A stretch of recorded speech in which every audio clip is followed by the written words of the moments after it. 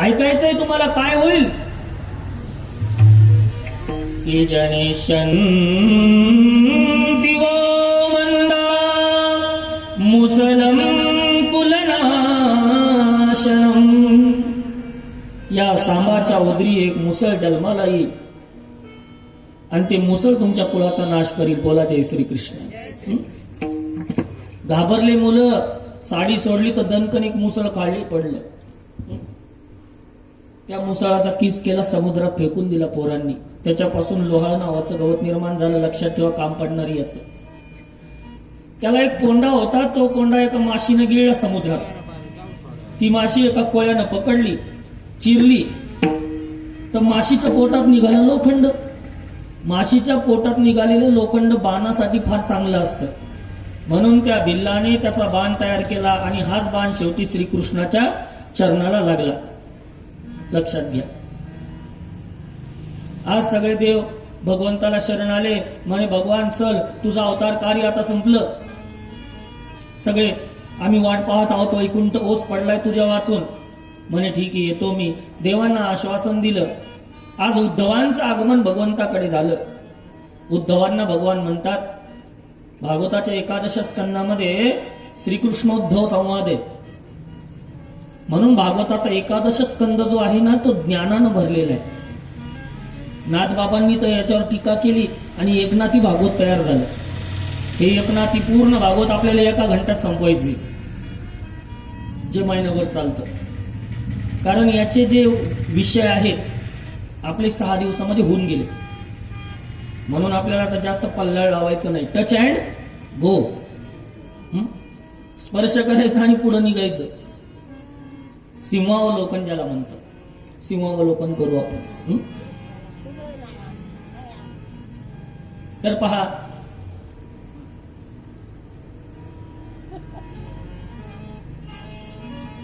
ज्ञानानं ओतप्रोत भरला 11 स्कंद. भगवान म्हणता, उद्धव आता माझी जाण्याची वेळ जवळ आली, मला जायचंय. उद्धवांच्या डोळ्यातून कळकळ कळकळ अश्रुधारा आल्या. म्हणे हे भगवान, अरे तू गेल्यानंतर आम्ही कोणाची पूजा करायची? आई बाबा म्हणून आम्ही कोणाला हाक मारायची? कारण त्वमेव माताच पिता त्वमेव बंधुश्च सखा त्वमेव. तूच आमचा गुरु, तूच आमचा पिता, तूच आमची माता. कृष्ण माझी माता, कृष्ण माझा पिता. भगवान म्हणतात, मी जरी गेलो ना तरी माझ्या पूजेचे स्थान मी सांगतो उद्धव. माझं तेज आहे त्याच्यामध्ये. एखाद्या भल्या ब्राह्मणाची पूजा करणं माझीच तर पूजा आहे उद्धव. वारकरी संतांची पूजा करणं माझीच तर पूजा आहे. ग्रंथाची पूजा माझीच पूजा आहे उद्धव.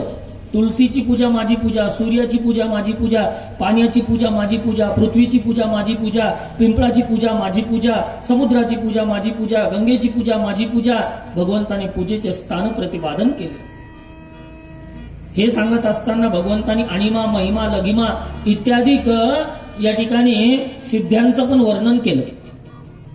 काही शूद्र सिद्ध्या पण आहे. दूरदर्शन, दूरश्रवण, द्वंद्व साहित्य, त्रिकाल ज्ञान, परचित काया प्रवेश. काही शूद्र सिद्ध्या, या सिद्ध्यांच्या मागे लागू नका. जनावरांचे दूध ओढवणे, करणी करणे, कवटा करणे, धान्य पळवणे, पिढा मागे लावून देणे. सिद्धी लागे पिसे कोणत्या पुसे, यांच्या मागे लागत जाऊ. हे सांगत असताना भगवंताने विभूती वर्णन सांगितलं. विभूती म्हणजे काय? ज्या वस्तूंमध्ये जी वस्तू श्रेष्ठ आहे ती भगवंताची विभूती आहे असं समजा.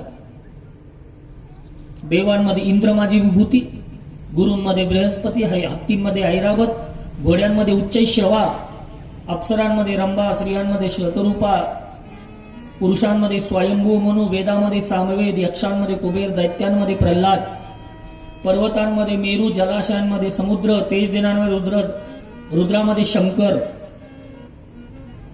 मास या ठिकाणी हे वृक्षांमध्ये पिंपळ, आणि मासानां मार्गशीर्षोऽहं ऋतूनां कुसुमाकरा. वर्षभरातले जेवढे महिने आहेत ना त्याच्यात मार्गशीर्ष मी आहे. भगवान म्हणतात आता सध्या जो चालू आहे ना मार्गशीर्ष मास, हा देवाला सगळ्यात जास्त आवडता मास आहे. मासानां मार्गशीर्षोऽहं. आणि आपला योग किती चांगला आहे पहा ना. त्याचीच कथा आपण मार्गशीर्षात श्रवण करत आहोत.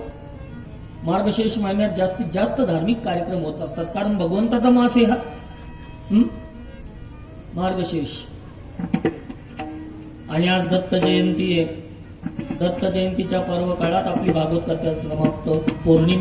पौर्णिमेला समाप्ती येणं फार चांगला मुहूर्त असतो. तर पहा आपण करत आहोत ते सगळे योग आपोआप जुळून आले. जुळवले नव्हते आपण, पण आपोआप जुळून आले. असतो हे सगळं आपोआप होत असतं. तर पहा,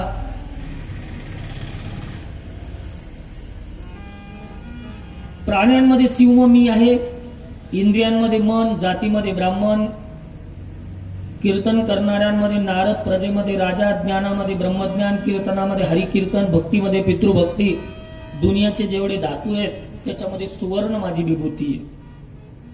भगवंताने विभूती वर्णन सांगितलं. आणि हे वर्णन सांगत असताना त्यांना यदू आणि अवधूताचा संवाद आठवला. आणि श्रीकृष्ण भगवान यदू अवधूतांचा संवाद वर्णन करतात. म्हणतात, उद्धव, आमचे पूर्वज यदू महाराज एकदा चिंताक्रांत बसले असताना त्यांना नग्न दिगंबर अवधूत दत्तात्रय येताना दिसले, भ्रमण करीत. अवधूत दत्तात्रय जे आहे ना, ते भ्रमण करत राहतात पृथ्वीवर, माहितीये का? कधी ते माहूरगडावर जातात, कधी ते गाणगापुरात जातात, असं त्यांचं भ्रमण चालू असतं. दत्त भगवान. आज दत्त जयंती आहे ना. दत्तांना पाहिल्यानंतर अवधूतजी महाराज त्यांच्याजवळ गेले, लोटांगण घातलं, त्यांना घरी आणलं, त्यांना अर्घ्यपाद्य देऊन या ठिकाणी त्यांचं पूजन केलं. आणि पूजन केल्यानंतर मोठा सुंदर प्रश्न विचारला. म्हणजे, महाराज, आम्ही राजे लोक, आमच्याकडे कोणत्या गोष्टीची कमी? राजमहाल राहिला, खायला पंचपक्वान्न नाही, हजारो नौकर आमच्या हाताखाली, पण तुमच्या मुखावर जे तेज आहे, तुमच्या मुखावर जी शांती, ती आम्हाला का प्राप्त होत नाही? अवधूत दत्तात्रयांनी मोठं सुंदर उत्तर दिलं. म्हणे, यदू, शांती भोगात नाही, शांती त्यागात आहे. त्यागात शांती निरंतरम. एखादी गोष्ट आपली म्हणलं की चिंता आली, पण न मम म्हणलं की चिंता गेली. माझी म्हणलं की आली, आणि माझी नाही म्हणलं की चिंता गेली. मी तुम्हाला सांगितलं होतं, माझं म्हणलं की माणसाला त्याच्याविषयी दुःख प्राप्त होतं, पण माझं नाही हे म्हणलं होतं, मग त्याचं काही हो, आपल्याला काही चिंता आहे का? म्हणून मम म्हणजे बंधने, आणि न मम म्हणलं की सगळ्या बंधनातून मुक्ती. म्हणे, मोठं सुंदर बोलता, कोणत्या गुरूंचा आश्रय घेतला तुम्ही? दत्त भगवान. दत्त भगवान सगळ्यांची गुरु आहे, पण दत्तांनी पण 24 गुरु केले, माहिती का? गुरुशिवाय मुक्ती भेटत नसती. संताविना प्राप्ती नाही, ऐसे वेद देती ग्वाही. म्हणून दत्त भगवंताने 24 गुरु केले. दीक्षा गुरु एक असतो, पण शिक्षा गुरु तुम्ही कितीही करू शकता. 24 गुरु केले दत्तांनी. एखाद्या माणसाकडून एखादी गोष्ट आपण शिकलो की तो आपला गुरु झाला. मग ते लहान लेकरू जरी असेल, आणि एखाद्या म्हाताऱ्याला त्यांनी काही चांगलं सांगितलं, ते लहान लेकरू त्या म्हाताऱ्याचा गुरु आहे. बोला जय श्रीकृष्ण. एखाद्या दुष्ट माणसाने जरी चांगल्या माणसाला एखादा उपदेश केला तर ऐकायला काय हरकत आहे? एखादा माणूस असंच आहे, पण त्यांनी एखादी चांगली गोष्ट सांगितली, आपल्याला माहित नाही, ऐकावं आपण, असं नाही समजणार तुम्हाला. सोन्याची अंगठी गटारात पडली, नालीत पडली, काय करायचं आता? क्या करणे का? म्हणे, महाराज, काडी घालून काढू, नाही घातली चिमटा घालून काढू, नाही निघली तर हात घालून काढू, पण काढू. सोनं आहे शेवटी, सोनं आहे. तसं एखाद्या घाण माणसातही चांगला गुण असलं तर घ्यावा. विषादपि अमृतम ग्राह्य बालादपि सुभाषितम. विषात पडलेलं अमृत घ्यावं, लहान लेकराकडूनही गुण घ्यावा. आपली वृत्ती तशी असली पाहिजे गुण घेण्याची. पण आम्हाला काय माहिती का, दोषच दिसतो. पांढऱ्या भिंतीवर काळा टिपका उठून दिसतो, पण एवढी मोठी पांढरी सुंदर भिंत आम्हाला दिसत नाही. तो टिपकाच आम्हाला दिसतो, कारण आमची दृष्टी तशी झाली. आणि तुमची दृष्टी जशी असेल तसं तुम्हाला जग दिसल. बोला जय श्रीकृष्ण. चांगल्या दृष्टीनं पाहताल तर चांगले दिसतील, वाईट भावनेने पाहताल तर तुम्हाला सगळेच वाईट दिसतील. आपली दृष्टी सुधरा. जग खराब नाहीये, आपली दृष्टी खराब आहे. तुमचे पाय पोळायला लागले उन्हात चालताना म्हणून रस्त्यावर कातड अंतरण्याच्या भानगडीत तू पडू नको. तुझ्या पायात चप्पल घालतो म्हणजे तुझे पाय पोळणार नाही. तू कशाला चिंता करती जमिनीवर कातड अंतरण्याची? जगाला सुधरायला नका निघू, तुम्ही सुधरा. असा प्रत्येकाने विचार जर केला तर सगळं जग सुधरेल. आपण सुधरावं. रामदास स्वामी एका ठिकाणी म्हणतात, आधी आचरिले मग सांगितले. आम्ही आधी आचरण केलं मग आम्ही लोकांना सांगितलं. नाही तर नुसतं सांगितलं नाही, आधी आम्ही करून पाहिलं ते, मग आम्ही लोकांना सांगायला लागलो. कारण ज्याने केलंच नाही त्याला सांगण्याचा अधिकार नाहीये. म्हणून दृष्टी फार महत्वाची. एकदा अकबर राजाला नाही का सगळं नगर हिरवं पाव वाटायला लागलं. बोले सब नगर को हरा रंग दे दीजिए. ते मंत्री संत्री म्हणायला लागले, महाराज करोडो रुपये लागल सगळ्या नगराला हिरवा रंग. म्हणे मला माहित नाही, मला सगळं उद्या हिरवं दिसलं पाहिजे, सगळं हिरवं दिसलं पाहिजे. बिरबल होता म्हणे मला फक्त 20 रुपये द्या, मी राजाची इच्छा पूर्ण करतो. आणि दुसऱ्या दिवशी हिरव्या रंगाचा चष्मा आणला आणि राजाला घालायला दिला. म्हणे महाराज उघडा डोळे, सगळं हिरवं दिसायला लागलं. जग सुधारलं का? दृष्टी सुधारली. एक जणाची म्हैस काढवा खातच नव्हती, तिला हिरवा रंगाचा चारा लागत होता. त्या शेतकऱ्याने काय केलं, हिरव्या रंगाचा चष्मा त्या म्हशीला घातला, कडाकड काढवा फोडायला लागली. दृष्टी सुधारली. दृष्टीमध्ये दूध आहे म्हशीच्या. तर पहा, मोठा हुशार आहे बिरबल. बिरबल जो आहे ना तो ब्राह्मण आहे. आता हे अकबर जो होता ना तो नेहमी काही ना काही अपमान करायचा बिरबलचा. पण बिरबल एवढा हुशार आहे की आपला अपमान होऊ देत नाही. एक दिवस बिरबल सकाळी चाला, म्हणे अरे बिरबल, अकबर म्हणू लागला, मला रात्री स्वप्न पडलं. म्हणे काय? म्हणे तू गटारात पडला आणि मी मधाच्या हौदात पडलो. म्हणजे अपमानच झाला ना त्या ब्राह्मणास. त्याला गटारात पाडलं, स्वतः मधाच्या हौदात. बिरबल इतका हजर जबाबी. बिरबलानं लगेच उत्तर दिलं, म्हणे हुजूर मला पण रात्री स्वप्न पडलं. म्हणे काय? म्हणे तुमच्यासारखंच. तुम्ही मधाच्या हौदात पडलात, मी गटारात पडलो, पण माझं स्वप्न पुढे वाढलं, आपल्या दोघांना बाहेर काढलं. तुम्ही मला चाटीत होते, मी तुम्हाला चाटीत होते. बोला जय श्रीकृष्ण. निरुत्तर झाला अकबर. काय बोलणार? दृष्टी महत्वाची. म्हणे महाराज सांगा ना कोणते कोणते गुरु केले? म्हणे पृथ्वी वायुराकाशो आपोग्निश्चंद्रमा रवी तपोतो अजगर सिंधू पतंगो मधुकृतगजा मधुहा हरिणो मीन पिंगला कुरुरोर्भका कुमारी शरकृत्सर्प उर्णनाभी सुपेशप्र.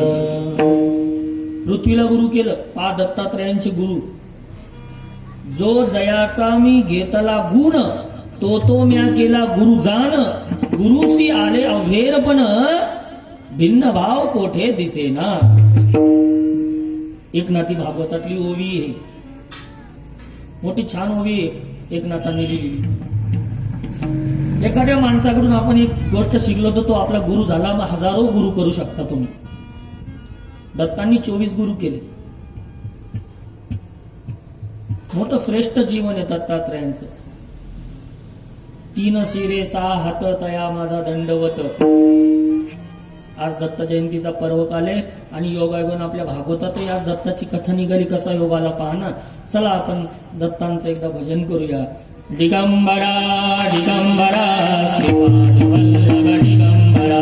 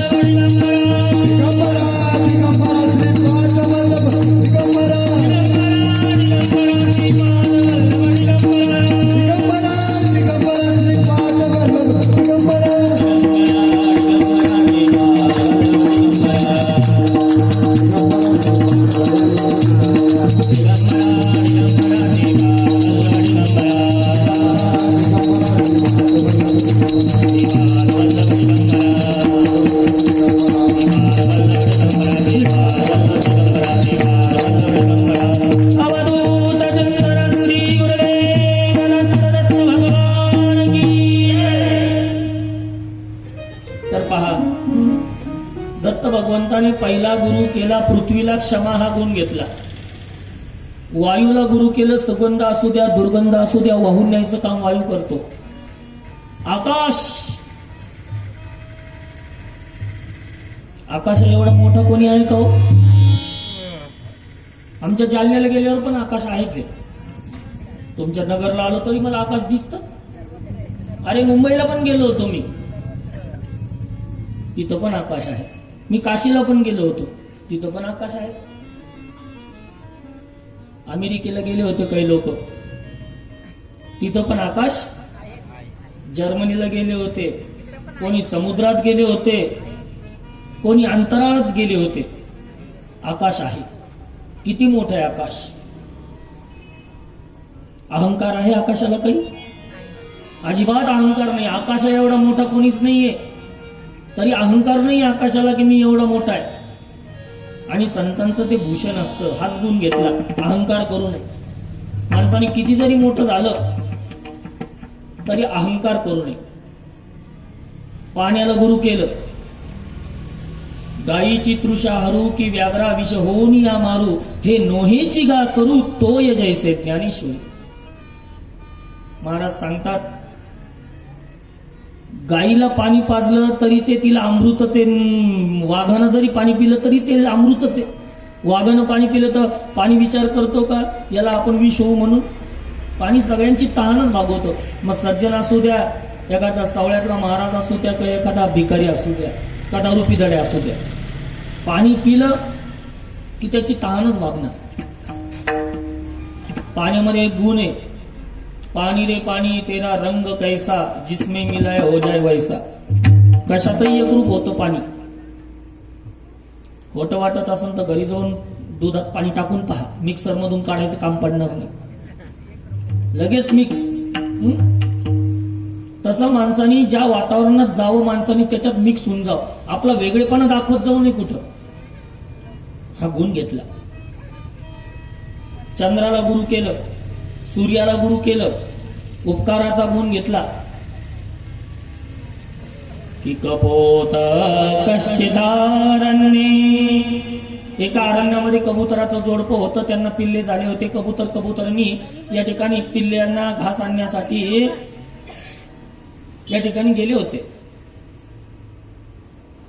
एक शिकारी आला आणि त्या कबुतरांच्या पिल्ल्यांना पकडलं. ती कबुतरीन आली आणि पाहू लागली आपले पिल्ले अडकले गेले, म्हणून ते जाळं कुरतडू लागली. तर त्या शिकाऱ्याने त्या कबुतरणीला पण पकडलं. कबूतर आला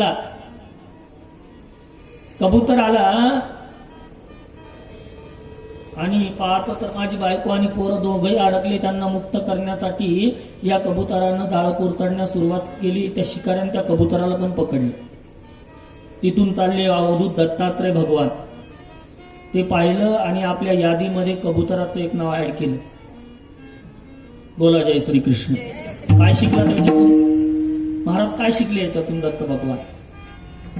म्हणे कबूतर आधी मुक्त होता, पण ही माझी बायको आणि हे माझे पोरं, हे माझं म्हणल्यामुळं तो बद्ध झाला. मुक्त होता परी बळे झाला बद्ध, घेऊन या छंद माझे माझं म्हणून बद्ध झाला. अगोदर मुक्तच होता पण बद्ध झाला.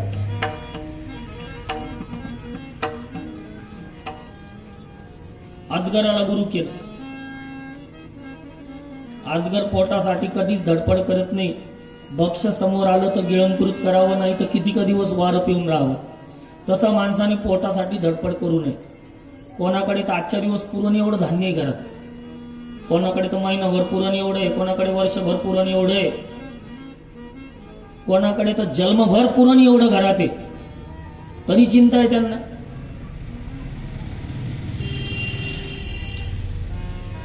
आमच्या जालन्याला एका सेठजीकडे एवढं आहे की 7 पिढ्या बसून खातील.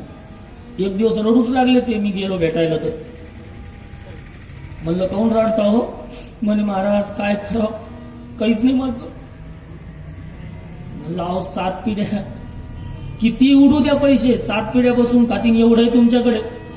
नाही म्हणे महाराज 7 पिढ्याच खातील, मग 8वी पिढी काय खाईल? म्हणून रडायला लागला. हं? अशी महाशय आहे. चिंता उदराची नको, चिंता उद्धाराची करा. कै मी उद्धार पावेल, काही कृपा करेल नारायण, ऐसे तुम्ही सांगा संतजन. करा समाधान चित्त माझे. ज्याने आम्हाला जन्माला घातलं ना, तो आमचं पोट भरणार आहे. ती मुंगी कुठं नोकरीला जाती का धंदा करते काही? ती तुमची म्हैस, ते कुत्रे, ते डुकर कुठं नोकरीला जातात? त्यांचंही पोट भरतं. ते जनावर, त्यांचंही पोट भरतं. तुझी चिंता त्यासी सर्व आहे. एकदा विष्णू भगवान सगळ्यांचं पालन पोषण करून आले. लक्ष्मीनं परीक्षा घ्यायचं ठरवलं. आणि लक्ष्मीने काय केलं माहिती का? एका छोट्याशा डब्बीमध्ये नाही का मुंगी ठेवली आणि ती आपल्या कपाटात ठेवून दिली बंद करून. संध्याकाळी आले. म्हणे का हो, भरले का सगळ्यांचे पोट? म्हणे हो. म्हणे नीट आठवा, कोणतरी उपाशी आहे. नाही म्हणे आज सगळ्यांचे पोट भरले. लक्ष्मी म्हणते अहो नारायण, असं